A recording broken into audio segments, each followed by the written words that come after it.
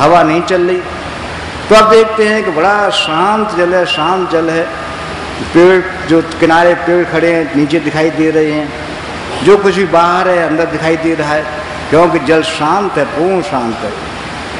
आप ढीला डाल दें तो उसमें लहरें बन जाएगी, सारा रस टूट जाएगा। ऐसे ही यदि हमारे जीवन में शांति भर जाए तो यही जीवन जिसमें अशांति और क्लेश थे, दुख और मृत्यु था, ये सब अलग हो जाएंगे। ये जितनी गांठें थी गल जाएंगी, चित्त में शोक पैदा नहीं होगा, क्योंकि चित्त में जो लहरें उठती हैं वो लहरें विचार बनती हैं, वही हमारे अहम पर आती हैं। अहम विचार करता है, बुद्धि को देता है, मन को देता है, मन उसे इंद्रियों से क्रिया करा देता है, अशांति पैदा हो जाती है। एक छोटी सी लहर उठी, उसी ने सारे तालाब की सारे सीन को खराब कर दिया। वो अच्छा वहां दृश्य आ रहा था, लेकिन एक लहर बन गई, सारा दृश्य टूट गया। ऐसे ही आपके चित्त में परमात्मा का निवास है, लेकिन जब संसार की लहरें बनती हैं तो परमात्मा का वहां से निवास नहीं रहता, बल्कि संसार बस जाता है। उसी में ये सारा जीवन का दुख, अशांति, क्लेश, मृत्यु, जन्म, ये सब कुछ इसमें आ जाता है। कैसे ये शांत हो जाए? भगवान कृष्ण गीता में कहते हैं, योगस्थ कुरु कर्माणि संगम त्यक्त्वा धनंजय। हे धनंजय, योगस्थ काम कर। मैं जो आज काम कर रहा हूं, मेरे अहम से साथ लेकर, मेरे बुद्धि के संपर्क से, मेरे मन के संयोग से मैं आज सारे काम करता हूं। जितने काम मैं आज करता हूं उसमें सहयोग मेरे मन का, बुद्धि का, अहम का होता है। भगवान का संग नहीं, साथ नहीं, योगस्थ कुरु कर्माणि, संसार के सारे काम करो। ये नहीं कहते कि नहीं तुम भगवान का ध्यान ही करते रहो, वो कहते नहीं, संसार कोई भी काम आप करते हैं, योगस्थ कुरु कर्माणि, भगवान से, परम उस आत्मा से योगस्थ का काम करो। क्यों? कर्म, आत्मा में शक्ति है, आत्मा में विवेक है, आत्मा जानती है क्या ठीक है क्या गलत है। जैसे मैंने कहा, धर्म के रहस्य आत्मा में छिपे हैं, सारे रहस्य आत्मा में छिपे हैं। जहाँ आत्मा संपर्क हो जाता है, हमारा योगस्थ हो जाते हैं, तो आत्मा हमारे इस मन को, बुद्धि को, अहम को डायरेक्ट करने लगती है। अब तक तो डायरेक्ट था हमारे अहम से, बुद्धि से, अहम भाव से, लेकिन जहाँ हमारा संपर्क आत्मा से हो जाता है तो मन यही रहता है, बुद्धि यही रहती है, अहम यही रहता है, लेकिन ये सब बदल जाते हैं, इनका रुख बदल जाता है। ये करता नहीं रहते, बल्कि माध्यम बन जाते हैं। आज मेरा मन करता है, मेरा अहम करता है, मेरी बुद्धि करता है, लेकिन जहाँ मैं उस आत्मा से योग कर लूँगा तो मेरा संयोग, मेरा योग पर आत्मा से हो जाएगा, शक्ति आत्मा की होगी। ये जो आज मेरे अहम से प्रभावित होकर काम कर रहे इंद्रियां हैं, वो सारी आत्मा डायरेक्टेड होंगे। गीता और सुंदर इसका वर्णन आता है। भगवान कृष्ण समझाते समझाते वहां तक ले जाते हैं अर्जुन को, जहाँ वो कहता है, भगवान मैं तो ये निश्चय नहीं कर पा रहा हूँ कि मैं क्या करूँ। आपने इतना समझाया, मेरी तो बुद्धि और भी भ्रमित हो गई, मैं करूँ क्या? तब भगवान कहते हैं, भाई तुझे एक काम करना है,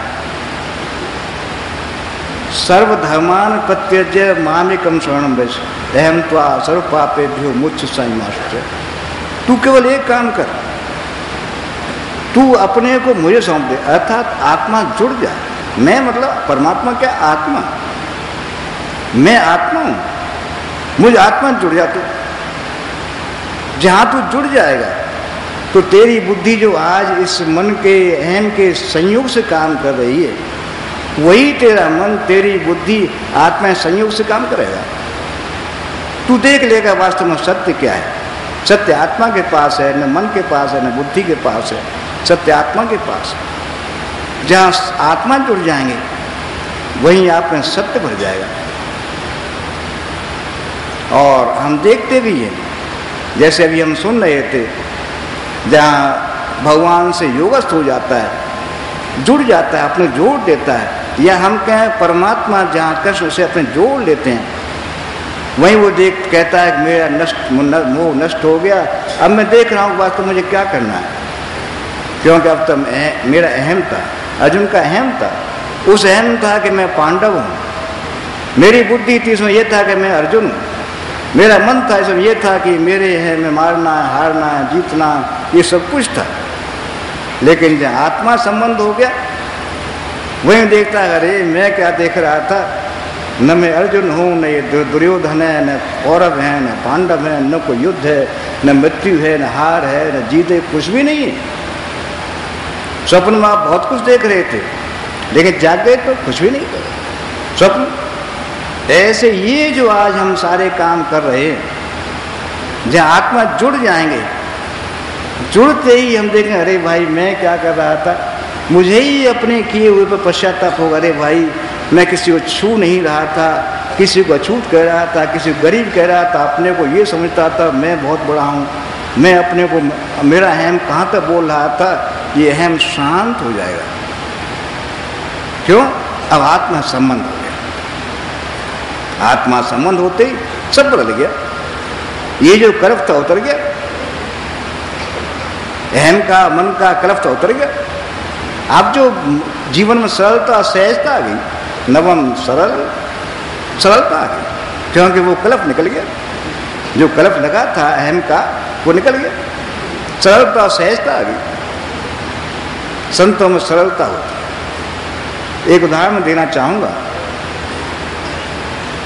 शाहजहाँपुर के हमारे भाई साहब शिवप्रसाद सेठ जी आया करते थे, बहुत बड़े आदमी थे, उनके अच्छे अच्छे मठाधीश, अच्छे अच्छे महात्मा महंत आते रहते थे, क्योंकि वो सबका सम्मान करते, सब आते थे उनके यहाँ, और बड़ा अच्छा सबसे परिचय था उनका। संपर्क संयोग ऐसा हुआ कि पंडित महाराज संपर्क हो गया, धीरे करते करते सबसे संयोग सबसे छूटते गए। अब महात्माओं से महंतों से किसी से ज़्यादा संपर्क नहीं रहा, बस केवल पंडित महाराज। उन्हें कमरे में बहुत चित्र लगे हुए थे, चित्र उतरते गए, केवल एक चित्र रहेगा पंडित महाराज का। एक भाई ने पूछा कि सेठ जी आप तो इतने बड़े महात्माओं के संपर्क में रहे, इतने बड़े बड़े महंतों मठाधीश इतने बड़े बड़े 1008 ये सब आते रहे आपके यहाँ, इतना बड़ा आपका संपर्क रहा, फिर आप एक साधारण व्यक्ति से कैसे प्रभावित हो गए? उन्होंने कहा कि भाई मैंने ये देखा, सरलता परमात्मा की बात कहीं पर है तो इनमें है, पर सरलता कहीं पर है परमात्मा की बात तो इनमें, इनकी सरलता का मैं कायल हूं। इतनी सरलता, इतनी सरलता। एक बार का वर्णन करें, बता मैं आपको, शाहजहाँपुर होकर ट्रेन से निकल रहे थे, नवंबर दिसंबर का महीना था, शाहजहाँपुर को निकल रहे थे, लोगों ने कहा कि कुछ नाश्ता चाय कुछ होना चाहिए। शाम का समय, रात्रि का समय था, तो खाना खा चुके थे, विचार किया, किसी ने कुछ विचार किया, किसी ने कुछ, सब अपने हिसाब से लाए। वहाँ पहुँचे तो सेठ जी आए, सेठ जी क्या लाए? आइसक्रीम लाए। भाई साहब ये शिव प्रसाद ये रघुवत्याल भी थे, इनसे पूछा आप क्या लाए? उन्होंने कहा हम गर्म दूध लाए। अरे जी बड़ा ठीक रहा, गर्म दूध लिया, उसी में आइसक्रीम डाल ली, पी लिया सब। कहीं सर ये नहीं करे तुम क्या ले आए, तुम क्या ले आए, तुम कैसे ले आए, कुछ भी नहीं। इतनी सरलता, इतनी सरलता। उन्होंने कहा अरे परमात्मा में सरलता कहीं पर इनमें है, ऐसी सरलता परमात्मा गुण है, मनुष्य का नहीं है। जो आत्मा से जिसका संयोग हो गया, आत्मा जुड़ गया, उसमें सहजता भर जाएगी, अपने आप आ जाएगी। क्योंकि जो मेरा अहम आज कहता है कि मैं हूँ, ये मैं हूँ नहीं रहेगा, बोलेगा नहीं वो आज मैं हूँ। जहाँ आत्मा जुड़ जाऊंगा तो देखा नहीं वो आज मैं करने वाला हूँ, कल वो का नहीं, जैसा वो चाहता है वैसा होता है। मेरे गुरु महाराज करने वाले हैं, जैसा वो चाहते हैं वैसा होता है, और कोई नहीं। सरलता भर गई, क्योंकि वो अहम ही नहीं रहा, कलफ निकल गया। सबसे अच्छा नहीं ना, कोई छल नहीं, कोई फरेब नहीं, बाहर भीतर एक। हमारे दो जीवन हैं, एक जीवन में दिखाने का है, जहाँ मैं दिखाता हूँ कि मैं कितना बड़ा विद्वान हूँ, मैं आत्मा परम बहुत आगे, मैं बहुत नहीं कहता, मैं किसी की बात नहीं कह रहा हूँ, लेकिन अपने को बहुत ऊंचा समझता हूँ। लेकिन जब वो चीज भर जाती है तो देखता नहीं भाई ये मेरा नहीं, किसी कृपा है।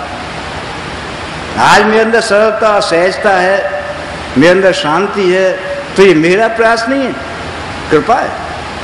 उन्हीं कृपा से कुछ हो रहा है। ये मेरा अहम शांत हो गया, जब अहम शांत हो गया तो दो जीवन थे समाप्त हो गए, एक जीवन रह गया। जैसा बाहर वैसा भीतर, कहीं कोई बनावट नहीं। जहाँ भी गए एक, यहाँ भी हैं जैसे हैं, वहाँ गए वहाँ भी कोई बनावट नहीं। नवम सरल सब संचल जीना मम भरोस, केवल एक का भरोसा रह जाता है। आज सेठ जी का भरोसा है, धनवान का भरोसा है, इनका भरोसा है, इनका भरोसा है, बहुत से विश्वास लिए बैठा हूँ मैं। ये आएंगे तो इनके से काम हो जाएगा, इनसे काम हो जाएगा, मेरी नौकरी है, मेरा व्यापार है, मेरा ये है, ये सारे हम भरोसे लिए बैठे हैं।